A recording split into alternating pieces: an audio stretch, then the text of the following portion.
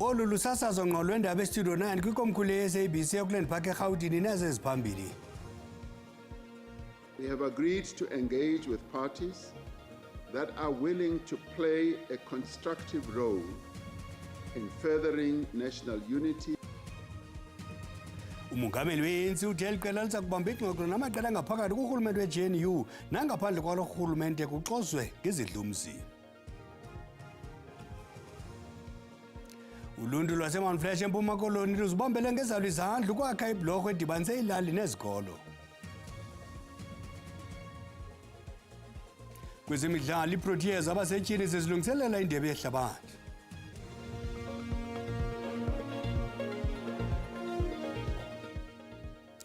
Inkosi Mazole isicaka sithambile ndingaphosisanga amaseko mandikawulendi warhuqa.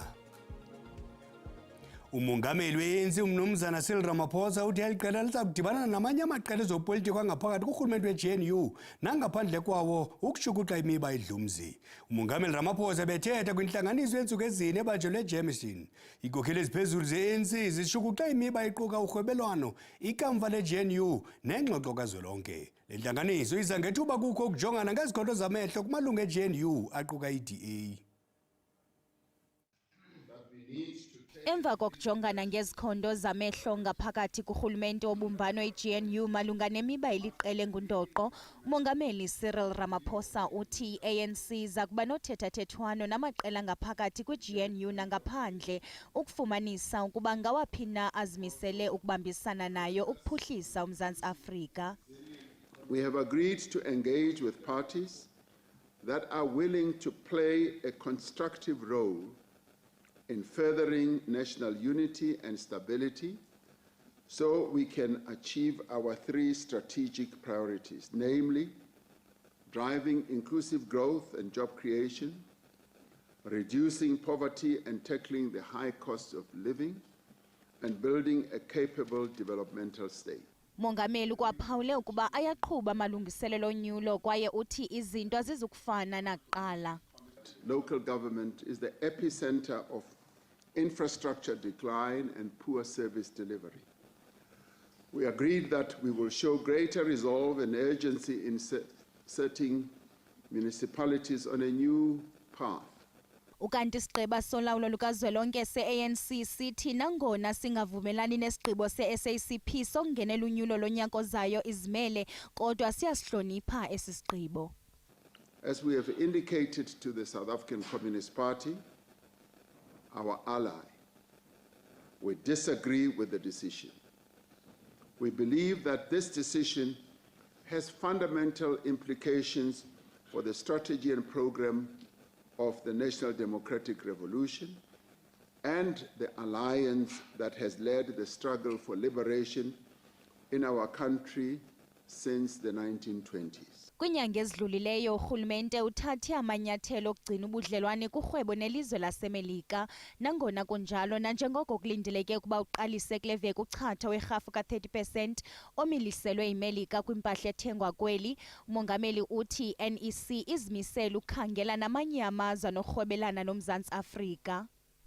South Africa is confronted by the immediate and damaging punitive tariffs announced by the United States.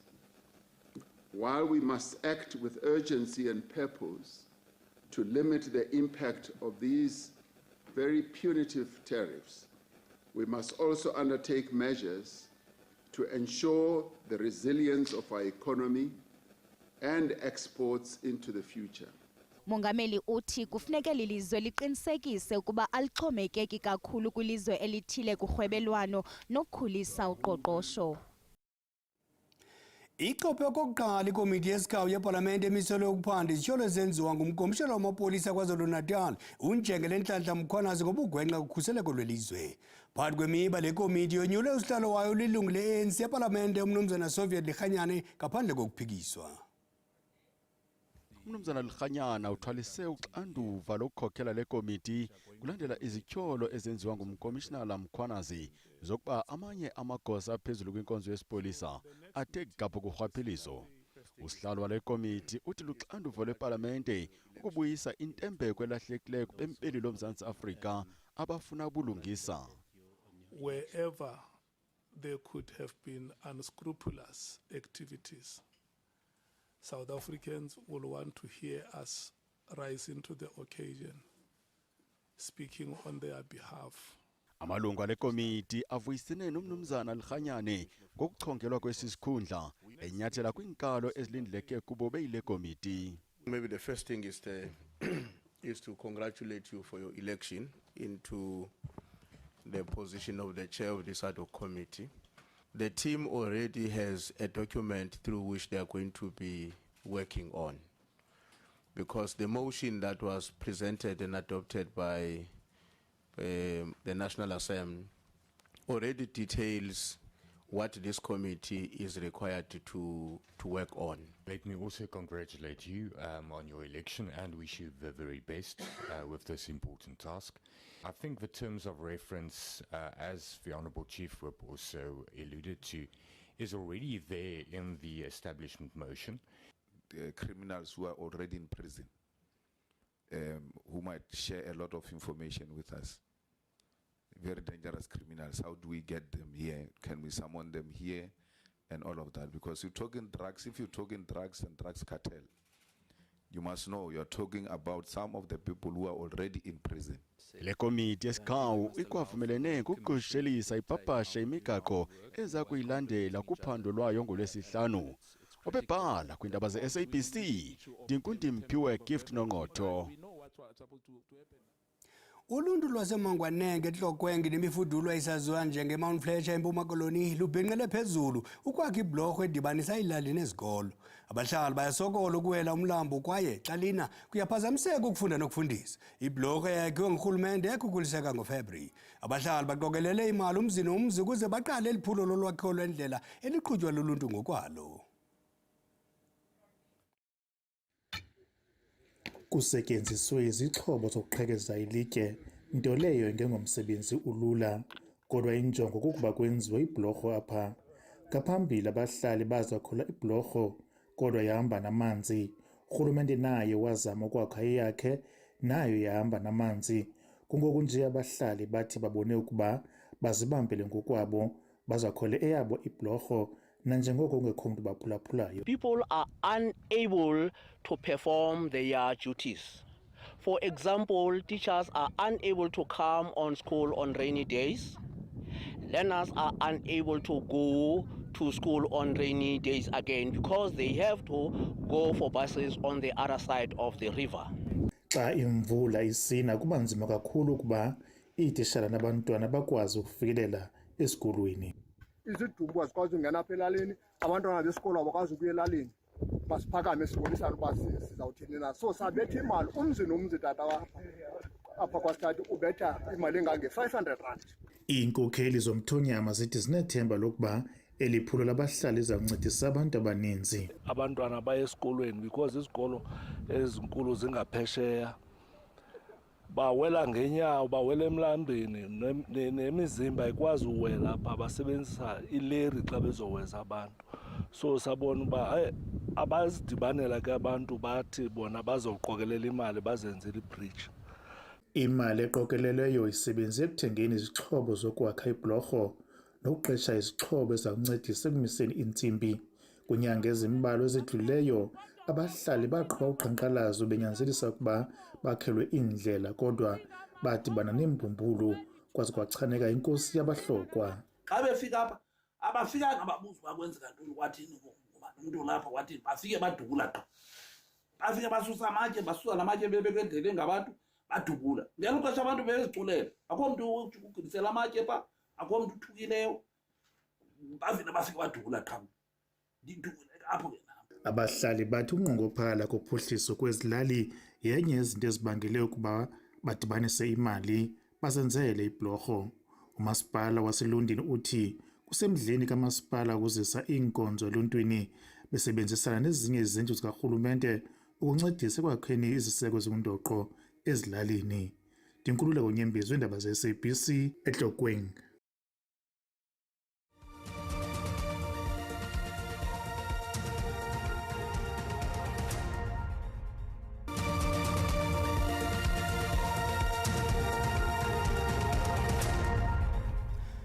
Sihlabele mgabane indaba zethu. Amazwe ase-Afrika ayacetyiswa ukuba abe nothethathethwano neMelika ingakumbi kumcimbi werhafu yentengo. Irhafu yemveliso yamazwe ase-Afrika iMelika ngumyinge we-10 ukuya kuma-30 ekhulwini kumazwe amane, iLibya, uMzantsi Afrika, iAlgeria neTunisia. La mazwe ngawona thwaxwa kakhulu ngumyinge ophezulu werhafu, nto leyo eza kuba nefuthe elibi kuqoqosho lwawo.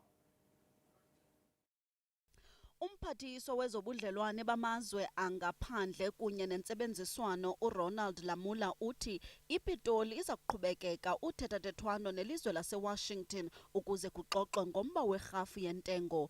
Uthi oku kukwanika uMzantsi Afrika ithuba lokudibanisa amaqabane awo kwezorhwebo.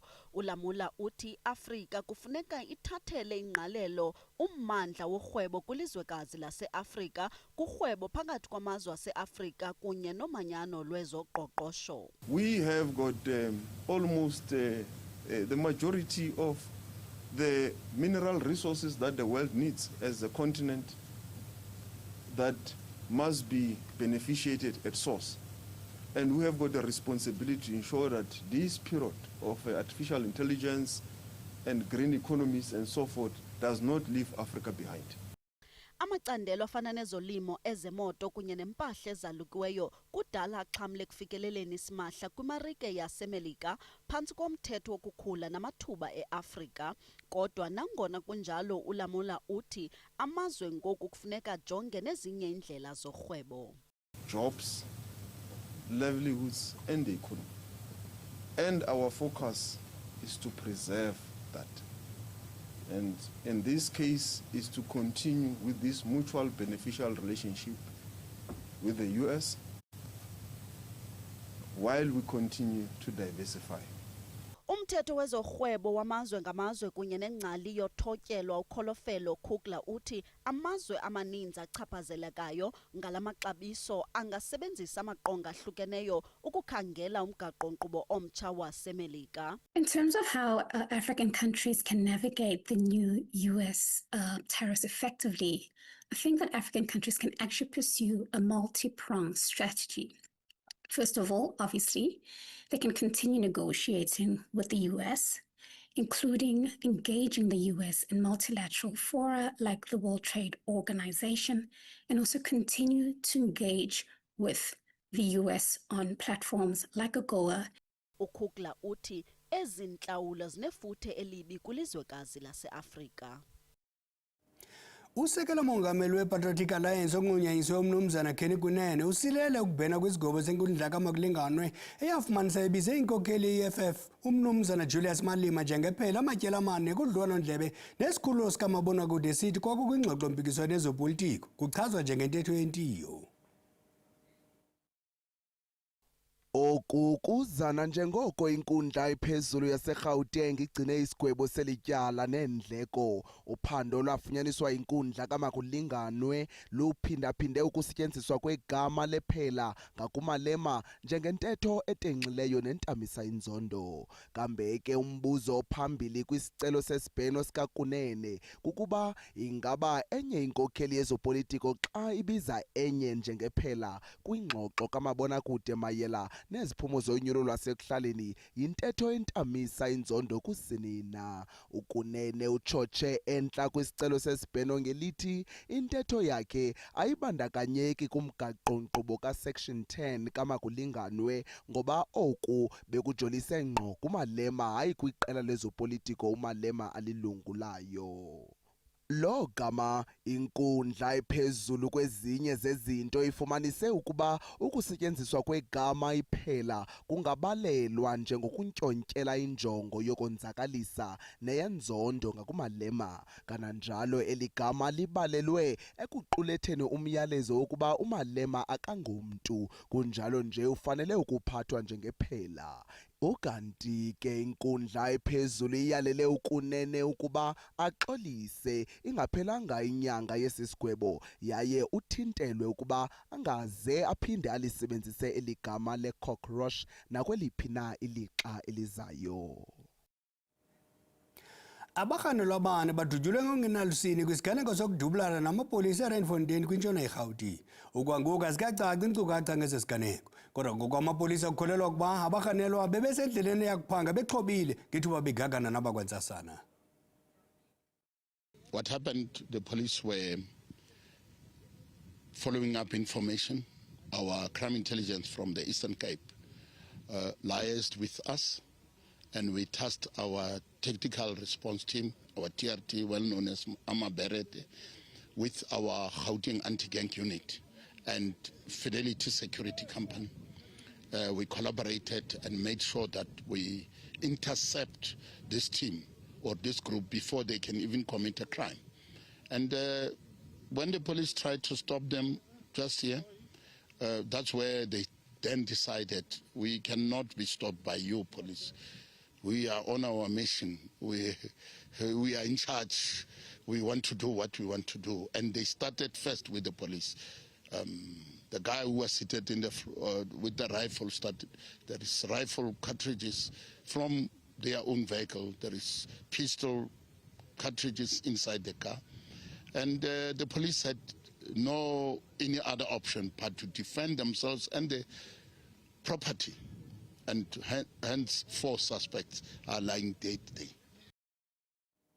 Inkundla kamanje yaseProti eSoweto ihlehlisile isicelo sebhayile kwityala lobela ipolisi otyholwa ngokubulala isiqandamathe sakhe. uMandla Buthelezi ujongene nesitsholo sokudubula-bulala owayithandana naye owayelipolisa naye uChesney Kepler owayeneminyaka engama-22 ubudala emva koxambuliswano ngosuku lwe-Boxing Day kunyaka ophelileyo. Umantyi uTebogo Thupatlase ulihlelisele umvulo eveke ezayo eli tyala ephawula ukuba isigwebo ngalo mba sikagqitywa. Intatheli yethu Kelvin Dludla ithethe noKholosa Lubisi we-SABC lehayi ngelityala. Sifikileke enkantolo namhlanje courtroom number 7 Protea Magistrate Court lapho kulindeleke khona ukuthi inkosi enkantolo noma imantshi ikhipheke isinqumo esiwujuqu ngesicelo sebhayili esifake umsolwa. Ngikhuluma la ngoMandla Nkosi eGladman Buthelezi oneminyaka engama-42 ubudala 42 kanti ke ibe sisho ke imantshi emva kwesikhathi ukuthi ke siyahlehla ke isinqumo sayo sihlehlela umsombuluko okumhla ka-11 ku-August. Ayifunanga ke inkosi enkantolo ukugxila kakhulu Kholosa ekutheni ngabe yini eyenze ukuthi ke inqumo ukuthi namhlanje ingasikhiphi inqumo ngebhayili yomsolwa ngoba umsolwa lokhu ke ogcine ke eyidoksini kanti ke umndeni ke ukhona kanye nabangani njengamanje ngizokwethula ke ubaba kaChesney Kepler ongasekho. Ngikhuluma ke ngoTrevor Kepler okuyena ozosichazela kabanzi Kholosa ukuthi ke bona njengomndeni bazizwa kanjani ngalesinqumo senkantolo kanyake nje Kholosa nangalo leli cala ngoba sekuyicala elidonse isikhathi eside. Uzokhumbula ukuthi lesigameke ngikhuluma ngaso senzeka ngonyaka owedlule ngoDisemba ngomhla ka 26 okwakuyi-Boxing Day. Manje sikumhla ka-11 siku-August okusho ukuthi ke sekuyophela unyaka lesigameko kusenzeka. Ngizokhuluma naye ke Kholosa ngolimi lesingisi ngoba ke akasazi kahle isiZulu noma akasazi kahle ulimi lwebele isilwesinguni. Ngizokhuluma naye isingisi kodwa ngizozama ukuchaza ngemuva ke ukuthi ke kwenzakaleni. Thank you very much for your time. I fully understand that as the father of the deceased, you are in deep pain, especially when this case keeps on getting postponements. The feeling of the family now about this postponement. Well, we really are a bit disappointed, man. But you know, these are court proceedings, and we hope that everything will be finalized for his bail application. But unfortunately, it wasn't. But like I said, our lives have been changed forever. And but the main thing is we're gonna fight until the end. Me, my family, and the community. Kholosa uzama ke usho ngesingisi ukuthi ke badumele kakhulu beumndeni kodwa ke akukho abangakwenza ngoba umthetho yiwona okumele usebenze. Uyasho ukuthi ke badumele kakhulu kanti kodwa ke angeke baze balahle ithemba njengomndeni bayimisele futhi ukubona leli cala liqhubeka kuze kufike ekugcineni. Sicela ke, can you please explain to us now, you as the father now, you dearly miss your daughter? Exactly. You know, I've lost a mother, I've lost a father, but this pain has touched where no other pain has ever touched. And we're going to have to live with this for the rest of our lives.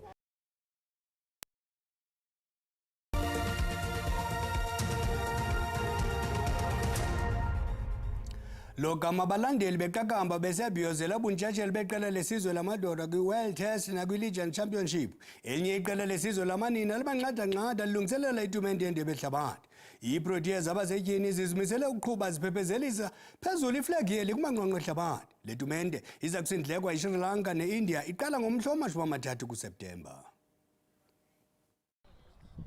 Iqela lesizwe lamanina nhlandlolo lafikelela kwi-semi-finals zale tumente ngo-2017 nango-2022 ngoku lizimisele ukufikelela kumanqam sele lisuka kwi-finals ze-T20 ngo-2023 nango-2024 libila lisoma eliqela kwezinyanga edlulileyo kumalungiselelo engxikela yendebe yehlabathi kanti umqeqeshi weqela uchulumancile ngamalungiselelo okuza kuthi kangoku. I think, you know, the one thing that we try to do with this squad is to reinforce the camaraderie, the cohesion of the team, and that's going really well. And also in terms of how they've responded to my methods. Zingangumngeni imeko zalamazwe kodwa eliqela sele lisuka kutyelela eSri Lanka naseWest Indies kuyoziqhelanisa kulonyaka. It was just to get them kind of like accustomed to what's come, and that was part of the preparation. Ubunganga beqela lamadoda kuvavanyo lwehlabathi nakwi-Legends Championship yinkuthazo kumaqobokazana asekhaya azimisele kuzeka mzekweni. Moment South Africa seems to be winning everything that's on offer, but you know, the one thing that we can control is how we prep. UMzantsi Afrika uzaqhubisana neNgilane eBengaluru kumdlalo wokuqala ngomhla wesi-3 ku-Oktoba. Itumente ezaqosheliswa ngowesibini kuNovemba. Indaba zipheli mawethu nje utshaba lixesha sakubuya nendaba ezinkulu ngentsimbi yesi-7 ngoNcwalazi makube chusibele.